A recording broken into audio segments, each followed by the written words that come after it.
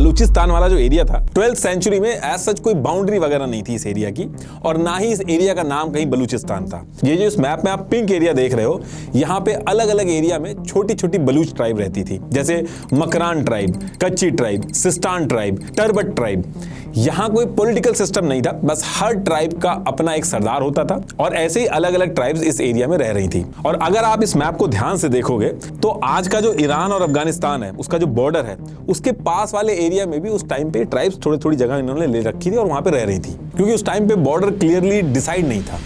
अब होता क्या है कि जब ये ट्राइब्स इस एरिया में रह रही थी तो इनके बीच में एक मीर जलाल खान नाम का एक आदमी बहुत फेमस था। तो इसी पर्टिकुलर टाइम पे मीर जलाल ने कहा कि देखिए, हम अलग अलग जो रह रहे हैं उससे बेटर है कि हम साथ में मिलकर रहें, जिससे अगर कोई मुसीबत आए तो हम एकजुट होकर रहेंगे और एक दूसरे की मदद कर पाएंगे। तो मीर जलाल ने क्या किया, इस एरिया में 44 ट्राइब से जाके बात की और सबको इकट्ठा करके एक अलायंस बनाया। ये पहली बार था जब इस एरिया के अंदर ये ट्राइब्स एकजुट हुई। ये कोई नई कंट्री नहीं बनाई थी इन्होंने, बल्कि एक मॉडल सा बना लिया था जिसमें सब कुछ पहले की तरह ही चल रहा था। सरदार जैसे पहले अपनी अपनी ट्राइब्स को संभालते थे वैसे ही संभाल रहे थे, बस फर्क इतना था कि 44 ट्राइब्स ने एक अलायंस बनाकर एकजुट होने का डिसीजन कर लिया था, जिसको मीर जलाल जो है वो लीड कर रहे थे। और यही जो अलायंस बनाने वाला जो डिसीजन था, यही इसी टाइम पे बलूचिस्तान बनाने की जो नींव थी, इसी टाइम पे रख दी गई थी। इसलिए आप देखोगे आज की डेट में भी लोग मीर जलाल खान को फाउंडिंग फादर मानते हैं बलूच कम्युनिटी का। इनकी इंपॉर्टेंस आप इससे समझ सकते हो कि मीर जलाल खान के जो बच्चे थे, जैसे रिंड,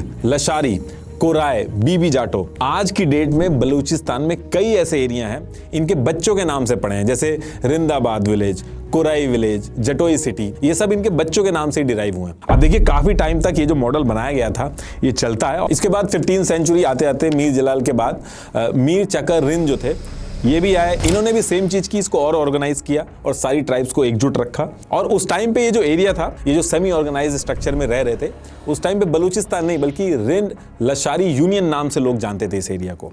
अब होता क्या है कि ये ट्राइब मिलजुल के तो रह रही थी, लेकिन ईयर 1666 जब आया तो इधर ईरान में सफाविद अंपायर बहुत बड़ा बनता जा रहा था। वहीं दूसरी तरफ देखोगे तो आप मुगल अंपायर था। तो क्योंकि ये दोनों बड़े बड़े अंपायर जो थे वो अगल बगल ही थे, तो इससे जो बलूच ट्राइब्स थी जो बीच में यहाँ रह रही थी, उनके ऊपर टाइम टू टाइम बहुत ज्यादा प्रेशर रहता था। तो ये सारा जो प्रेशर इन पे डेवलप हो रहा था, इसको लेके इनको लगा कि इनको अपने आप को प्रोटेक्ट करने के लिए एक सिस्टम बनाने की जरूरत है। इन्होंने अपने आसपास के अंपायर्स को देखा कि वो कैसे काम कर रहे हैं, उन्हीं से इंस्पायर होकर खुद भी एक सेंट्रल अथॉरिटी बनाना स्टार्ट किया। जैसे बाकी एम्पायर्स काम कर रहे थे, कुछ उसी से मिलता जुलता स्ट्रक्चर बनाने का स्टार्ट किया। तो ये जो सारी ट्राइब्स इस एरिया में रह रही थी, इन्हीं सारी ट्राइब्स के बीच में एक और ट्राइब थी जिसका नाम था अहमद जाई ब्राहुआ ट्राइब। ये मैप में जो आप कलात नाम से जो एरिया देख रहे हो, इसी एरिया में ट्राइब थी, और इस ट्राइब के अंदर एक आदमी था मीर अहमद खान। तो जब सेंट्रल अथॉरिटी बनाने की बात चल रही थी तो सारी ट्राइब्स ने मिलकर मीर अहमद खान को खान ऑफ कलात बना दिया। ये जो मैप में आप ये डार्क ग्रीन एरिया देख रहे हो,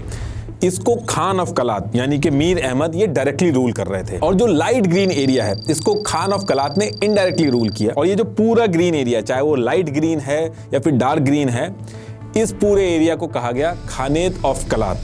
आगे चल के यही खानेत ऑफ कलात बलूचिस्तान बनेगा। तो अब इसके बाद ईयर आता है 1830, और ये ईयर आते आते असली दिक्कतें स्टार्ट होना शुरू होती हैं। इस टाइम पे ब्रिटिशर्स आ चुके थे, अपना अनडिवाइडेड इंडिया पे रूल कर रहे थे, लेकिन सेम टाइम पे क्या था कि ब्रिटिशर्स और रशिया जो थे, इनके बीच में एक जियोपॉलिटिकल लड़ाई चल रही थी, जिसे द ग्रेट गेम भी बोला जाता है। तो ये जो सेंट्रल एशिया का एरिया आप देख रहे हो, जिसमें कजाकिस्तान, उज्बेकिस्तान, तुर्कमेनिस्तान, ये पूरा सेंट्रल एशिया बहुत ही इंपॉर्टेंट एरिया माना जाता था। सारे important trade route, silk route, economic activity सब कुछ यहीं से होती थी। और इस सेंट्रल एशिया के अंदर किसी भी एम्पायर और मिलिट्री की प्रेजेंस अगर हो जाए तो एक बहुत बड़ा स्ट्रेटेजिक एडवांटेज मिलता था इससे।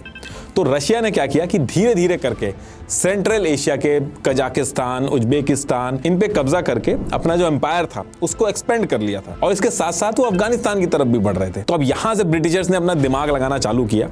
उन्होंने ये सोचा कि अगर इंडिया और रशिया के बीच में एक बफर जोन होना चाहिए, अगर ये नहीं हुआ तो बहुत बड़ी दिक्कत खड़ी हो जाएगी, और जो भी कंट्री इस बफर जोन में हो वो हमारे हिसाब से चले, और अगर ये चीज कर ली तो रशिया इंडिया तक पहुंच ही नहीं पाएगा। तो इसके लिए ब्रिटिशर्स ने प्लान ये बनाया था कि अफगानिस्तान पे रशिया से पहले पहुंच के हम लोग हमला कर देंगे, और अफगानिस्तान का जो रूलर है दोस्त मोहम्मद खान, इसको हटा के और अपना जो पपेट रूलर है शाह सूजा, इसको अफगानिस्तान का रूलर बना देंगे, जिससे होगा ये कि अफगानिस्तान के ऊपर रशिया से ज्यादा ब्रिटिशर्स का कंट्रोल रहे, उनका इन्फ्लुएंस रहे। बेसिकली ब्रिटिशर्स जो थे वो बहुत पावरफुल थे, उनको इस एरिया से जाना था, तो इस एरिया पे वो प्रॉपर कंट्रोल चाहते थे। तो इसके लिए इन्होंने पहले खान ऑफ कलात से एक डील करी, उनसे कहा कि हम आपको फाइनेंशियल सपोर्ट करेंगे और आप हमें इस एरिया को यूज करने दो। अब खान ऑफ कलात की भी मजबूरी थी, उन्होंने ये डील मान ली। तो उन्होंने क्या किया, कलात स्टेट जो था इसको दो पार्ट में डिवाइड कर दिया।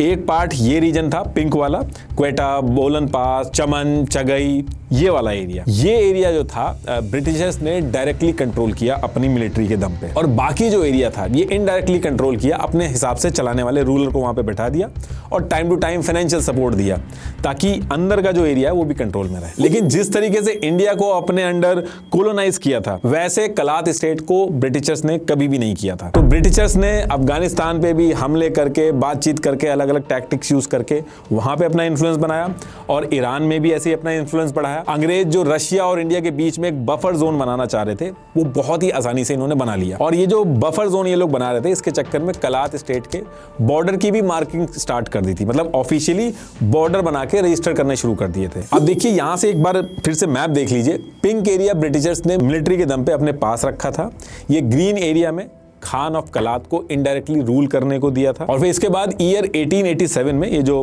पिंक एरिया था जो ब्रिटिशर्स के कंट्रोल में था, इसको भी ऑन पेपर अपने अंडर इनडायरेक्टली ले लिया, और लीज के थ्रू जब ऑन पेपर कराया गया तो इसका नाम रखा गया ब्रिटिश बलूचिस्तान।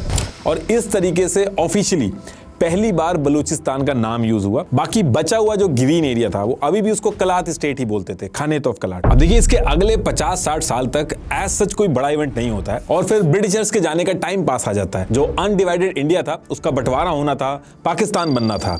तो सेम टाइम पे जो खान ऑफ कलात थे, मीर अहमद यार खान, इन्होंने ये सोचा था कि अब जब अंग्रेज जा रहे हैं तो हमें ब्रिटिशर्स ने कॉलोनाइज तो किया नहीं था, तो हम तो अब एक इंडिपेंडेंट कंट्री बन जाएंगे। इस चीज को लेकर खान ऑफ कलात जो थे वो इसलिए भी कॉन्फिडेंट थे क्योंकि लीगली भी ये चीज वैलिड थी। सबसे पहली चीज, ईयर 1876 में जो ब्रिटिशर्स और कलात स्टेट के बीच में जो ऑफिशियल ट्रीटी हुई थी, उसके आर्टिकल 3 के हिसाब से ब्रिटिशर्स ने ऑन पेपर ये चीज ऑफिशियली एक्सेप्ट की थी कि कलात स्टेट ब्रिटिशर्स का एरिया नहीं है, बल्कि एक इंडिपेंडेंट स्टेट है। और जो एरिया ब्रिटिशर्स ने लिया है, जिसे ये ब्रिटिश बलूचिस्तान बोलते हैं, वो भी एक एग्रीमेंट और लीज के तहत लिया था, यानी कि जैसे कोई किराए पर रहता है। इसके साथ साथ ईयर 1886 में ब्रिटिश एडमिनिस्ट्रेशन ने अपनी ऑफिशियल रिपोर्ट में ऑफिशियली ये चीज मेंशन की थी, खान ऑफ कलात को एक इंडिपेंडेंट रूलर जो कि एक ट्रीटी के थ्रू ब्रिटिशर्स के साथ कनेक्टेड है, ये चीज मेंशन की थी। और ईयर 1877 में दिल्ली इंपीरियल असेंबली में खान ऑफ कलात खुदादाद खान को एक इंडिपेंडेंट राजा की तरह बुलाया था। मतलब कि ब्रिटिशर्स खुद मानते थे कि कलात स्टेट एक इंडिपेंडेंट स्टेट है।